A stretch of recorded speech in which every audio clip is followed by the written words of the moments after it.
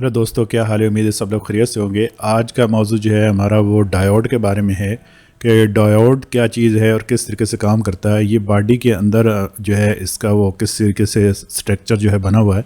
इसकी एक साइड जो एनोड होती है और दूसरी साइड जो है जहाँ पे निशान लगा होता है वो कैथोड होती है हमेशा। अब इसमें जो है जेनर डायोड भी होते हैं और लाइट एमीटर डायोड भी होते हैं। अब इसमें जो है अगर हम देखते हैं तो इसका जब हम इसको वोल्ट इसमें से गुजारते हैं तो ये गुज़र जाते हैं। जैसे कि एक आपको मिसाल देते हैं कि एक चेक वाल होता है जिसमें अगर एक साइड से पानी का फ़्लो आ रहा है तो जारी रहता है, जब उसको रिवर्स होता है तो उसके आगे रास्ता जो है ब्लॉक हो जाता है तो वो रिवर्स नहीं हो सकता। इसका भी ऐसे ही होता है कि इसकी एक साइड से करंट जो है फ़्लो करता रहता है, जबकि इसको अगर रिवर्स दें तो ये जो है वो करंट जो है रुक जाता है। अगर हम किसी भी एलईडी को करंट देते हैं तो उसमें जो भी उसकी डायरेक्शन हम रखते हैं तो उसमें करंट जो है वो फ़्लो करता रहता है और इसका जो है वो एलईडी रोशन हो जाती है। तो करंट का एक साइड से दूसरी साइड पे फ़्लो करना ये एक फितरती अमल है और ये तकरीबन जारी रहता है। इस तरीके से किसी भी सर्किट को हम उस तरीके से चेक कर सकते हैं। लेकिन अगर हम इसके अंदर डायोड लगा देते हैं तो ये नेगेटिव से पॉजिटिव वाली साइड पे तो गुजरता रहेगा करंट, लेकिन अगर हम इसको जो है इसकी डायरेक्शन जो है वो उल्टी कर देते हैं तो इसमें जो करंट जो है वो गुजरना बंद हो जाएगा। और जब करंट इसमें से गुजरना बंद हो जाएगा तो ये दूसरी साइड पे करंट ट्रैवल नहीं कर सकेगा।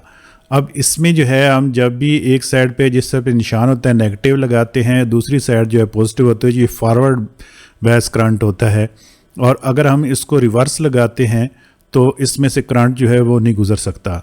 तो अब ये देखते हैं कि इस करंट ये फ्लो कैसे करता है। तो एक साइड पे जब गुजरता है तो इसमें सेमीकंडक्टर होती है, तो एक साइड से करंट गुजर जाता है, थोड़ी सी मुजामत भी होती है।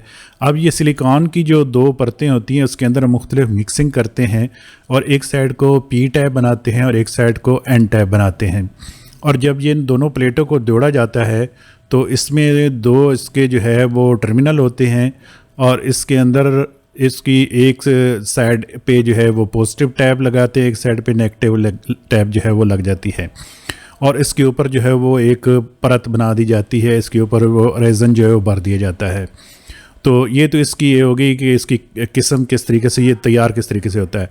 अब इसके अंदर जो सिलिकॉन होता है, सिलिकॉन के अंदर जो है वो इलेक्ट्रॉन की तादाद जो है वो हर जगह पे बराबर की होती है और उसको जो है दूसरी साइड को जब हम देखते हैं तो उसके अंदर भी हम जो है दो जो मुख्तलिफ उसकी कन्फिग्रेशन हमने की हुई है, उसमें एक साइड जो है वो एन टैप जो है उसके अंदर जो है वो मुख्तलिफ इलेक्ट्रॉन एक्स्ट्रा मौजूद होते हैं, जबकि जो पी साइड होती है उसमें किसी किस्म का कोई एक्स्ट्रा इलेक्ट्रॉन नहीं होता। तो उसके लिए जब हम इसकी एक साइड पे जो है वो वोल्टेज को एक्टिव करते हैं तो उसका जो है फ़्लो वो वहाँ से आगे इलेक्ट्रॉन को एक जगह से दूसरी जगह पे ट्रैवल करने पे मजबूर करता है। तो वो जब करंट इसमें से या इसमें वोल्टेज जब गुजारे जाते हैं तो ये जो एक साइड पे होल होते हैं उसमें इलेक्ट्रॉन जो है वो ट्रैवल शुरू कर देते हैं और दोनों साइड की जो एन टैप और पी टैप जो उसकी कन्फिग्रेशन हमने रखी होती है उन दोनों के दरमियान में इलेक्ट्रॉन एक जगह से दूसरी साइड पे अपना फ़्लो करना शुरू कर देते हैं। जब भी जो नेगेटिव करंट होता है उसको हम जब वोल्टेज वहाँ से उसको सप्लाई देते हैं, इलेक्ट्रॉन एक्स्ट्रा उसमें दिए जाते हैं, तो उसके अंदर जो एक्स्ट्रा इलेक्ट्रॉन मौजूद होते हैं वो उस सतह से आगे ट्रैवल के लिए तैयार होते हैं और जो होल्स आगे पी टैब में होते हैं उसके अंदर वो ट्रैवल करना शुरू कर देते हैं और इस तरीके से ये जो है अपना वर्क करना शुरू कर देता है। और इसकी जो है वो लिमिट जो है वो 0.7 वोल्ट की तकरीबन होती है। जब हम इसको वोल्टेज देते हैं तो कैथोड की तरफ से जब नेगेटिव वोल्ट इसके अंदर आते हैं और इसके इलेक्ट्रॉन का बहाव जो है वो शुरू हो जाता है नेगेटिव से पॉजिटिव की तरफ और इलेक्ट्रॉन अपना मुकम्मल एक सर्कल जो है मुकम्मल करना शुरू कर देते हैं। ये तकरीबन इसमें जो ड्रॉप पैदा होता है जब हम इसको वोल्टेज को कम करते हैं 0.5 वोल्ट पे ले आते हैं तो ये रुक जाता है और 0.7 पे इसका जो है वो ये ट्रैवल करना शुरू कर देते हैं इलेक्ट्रॉन। उसके बाद अगर हम इसको रिवर्स करते हैं तो इसका दरमियान का और ज़्यादा फासला, एक साइड पे नेगेटिव और एक साइड पे पॉजिटिव जो है वो इलेक्ट्रॉन जमा हो जाते हैं, एक साइड पे नेगेटिव हो जाता है, तो वो उसमें करंट गुजरना बंद हो जाता है। अब इसको डायोड की जो है मुख्तलिफ जो शक्लें जो हैं वो इसके ऊपर दी जाती हैं आपके डायग्राम के ऊपर। तो उसमें डायोड की एक डायरेक्शन दी जाती है कि ये किस तरीके से किस साइड पे फ़्लो करेगा। अब इसमें मुख्तलिफ़ किस्म की जो है वो कंपनियाँ बनाती हैं जिसमें मुख्तलिफ़ वोल्टेज, मुख्तलिफ़ एम्पेयर और मुख्तलिफ़ उसकी जो कन्फिग्रेशन वो रखी जाती है, एक नंबर से उसको हम पढ़ सकते हैं। अब देखते हैं कि इसका जो है वो कर्व किस तरीके से बनता है। अब इसमें इलेक्ट्रॉन जब हरकत कर रहे होते हैं, गुजर रहे होते हैं, और जब हम रिवर्स करते हैं तो वो इस वजह से नहीं गुजरते कि उसका अंदर का फासला जो है वो इलेक्ट्रॉन का वो ट्रैवल करना बंद कर देता है। अब पॉजिटिव साइड पे जब हम इसको इलेक्ट्रॉन जो है वो देते हैं तो अगर हम 1.5 वोल्ट के करीब इसको अगर हम 0.5 तक देते हैं तो इसका फ़्लो इससे नीचे जो है वो आगे नहीं जाना शुरू करता। लेकिन अगर हम इसके वोल्टेज को थोड़ा सा इंक्रीज़ करते हैं और इसके जो है वो वोल्टेज को 0.7 तक ले जाते हैं तो उससे जो है इसके अंदर वो करंट का फ़्लो जो है वो चलना शुरू हो जाता है और एक साइड से दूसरी साइड पे इलेक्ट्रॉन ट्रैवल करना शुरू कर देते हैं। ये वोल्टेज का ड्रॉप जो है ये इसके अंदर इतना मौजूद होता है कि अगर हम इसके दोनों टर्मिनल पे लगाएं और इसके सर्किट के अंदर तो 0.7 जो है ना ये ड्रॉप पैदा कर रहा होता है वहाँ पे, जो अपनी इसके अंदर इसकी सिलिकॉन की जो चिप होती है वो इतना इसके अंदर ड्रॉप पैदा करती है। अब इसको अगर हम एक जो है वो आपको एक वोल्टेज दे के एलईडी को रोशन करना शुरू करते हैं तो उसमें जो है एसी करंट को ये डीसी में कन्वर्ट करता है और डीसी को आगे जो है वो फॉरवर्ड करता है।